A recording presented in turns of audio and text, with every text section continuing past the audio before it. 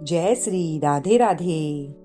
अगर आज आपके मन में कोई दर्द है, अगर जिंदगी आपको भारी लग रही है, अगर आपको लग रहा है कि बस अब और नहीं सहा जाता, तो आज यह वाणी आपके लिए है। शास्त्र कहते हैं, सुख और दुख जिंदगी के दो पहिए हैं।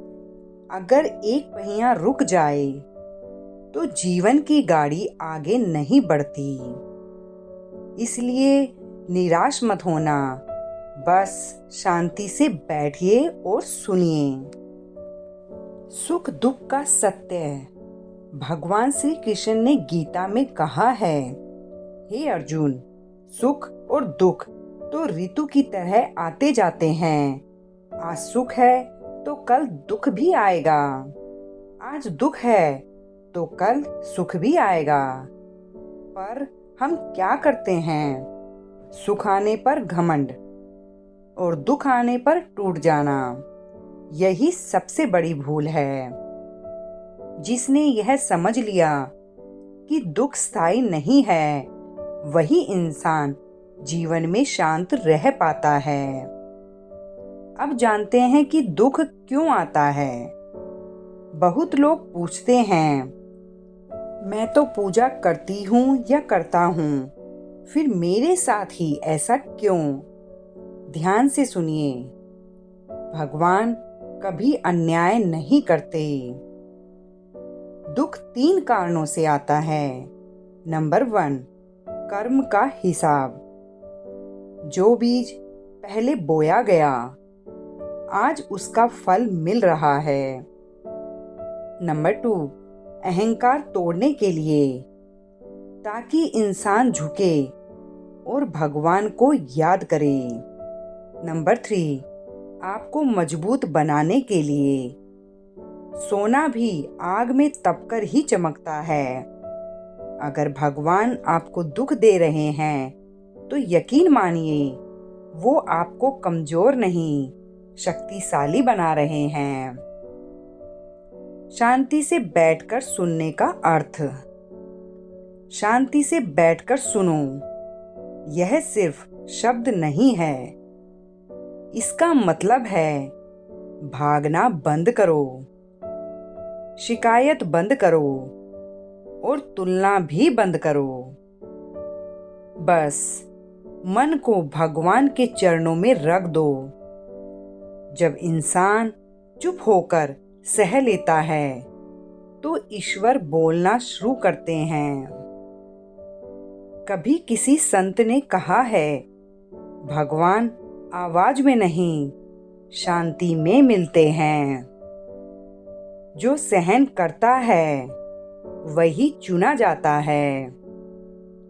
राम ने वनवास सहा, कृष्ण ने अपमान सहा, सीता ने अग्नि परीक्षा दी।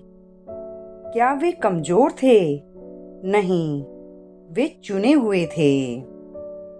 अगर आज आप सह रहे हैं, तो समझ लीजिए भगवान ने आपको चुना है। हर किसी को ये परीक्षा नहीं मिलती। जब इंसान भीतर से टूट जाता है, कभी कभी दुख बाहर नहीं दिखता, वो अंदर ही अंदर इंसान को खा जाता है। लोग पूछते हैं, सब ठीक है? और हम मुस्कुराकर कह देते हैं, हाँ सब ठीक है। लेकिन सच ये होता है कि रात को नींद नहीं आती, दिल भारी रहता है और मन हर रोज खुद से लड़ता है। अगर आज आप भी इसी हालत में हैं, तो ध्यान से सुनिए। भगवान उस इंसान को ज्यादा तोड़ते हैं, जिसे वो ज्यादा ऊंचा उठाने वाले होते हैं। याद रखना, जो हर हाल में शांत रहता है, वही भगवान के सबसे करीब होता है। जो रोकर भी किसी को बद्दुआ नहीं देता, उसी की दुआ सबसे पहले सुनी जाती है। जो टूट कर भी शिकायत नहीं करता, उसी को ईश्वर भीतर से मजबूत बनाते हैं। आज अगर आप चुप हैं, तो इसका मतलब ये नहीं कि आप हार गए हैं। इसका मतलब है कि आप सीख रहे हैं। क्यों भगवान देर करते हैं? आइए जानते हैं। बहुत लोग कहते हैं, भगवान मेरी सुन क्यों नहीं रहे? पर सच्चाई ये है, भगवान देर इसलिए करते हैं क्योंकि वो आपको छोटी खुशी नहीं, पूरा जीवन बदलने वाला उत्तर देना चाहते हैं। अगर भगवान ने तुरंत दे दिया तो आप संभाल नहीं पाएंगे। इसलिए वो आपको पहले भीतर से बड़ा बनाते हैं, फिर बाहर से हालत बदलते हैं। भगवान पहले इंसान को बदलते हैं, फिर उसकी किस्मत। अब जानते हैं दुख का सबसे गहरा अर्थ। दुख सजा नहीं है, दुख एक संदेश है। दुख कहता है, अब तुझे भगवान की जरूरत है।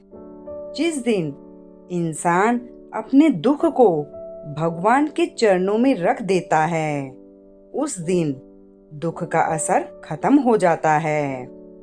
क्योंकि दुख मन को तोड़ता है, पर विश्वास आत्मा को जोड़ता है। अब एक बात गांठ बांध लीजिए, अगर आपके जीवन में बार बार दुख आ रहा है, तो इसका मतलब ये नहीं कि आप गलत हैं। इसका मतलब है कि भगवान आपको साधारण नहीं रखना चाहते। जिसे भगवान ने चुना होता है, उसे अकेले चलना पड़ता है, उसे सहना पड़ता है, उसे चुप रहना पड़ता है, और अंत में उसी को शांति मिलती है। अब आंखें बंद कीजिए, धीरे धीरे सांस लीजिए, मन ही मन कहिए, हे प्रभु, जो दिया है वो भी स्वीकार, जो लिया है वो भी स्वीकार। याद रखिए, सुख आए तो विनम्र रहो, दुख आए तो शांत रहो। क्योंकि सुख और दुख जिंदगी के दो पहिए हैं, और ये पहिए आपको उसी जगह ले जा रहे हैं जहां आपका कल बेहतर होगा। अगर यह वाणी आपके दिल तक पहुंची हो, तो किसी अपने के साथ जरूर साझा करें। कमेंट में लिखिए, मैं शांत हूँ। अब आप शांति से बैठिए, सांस लीजिए और मन ही मन कहिए, हे प्रभु, मैं टूटा नहीं हूँ, मैं तैयार हो रहा हूँ। जय श्री कृष्णा, जय हनुमान।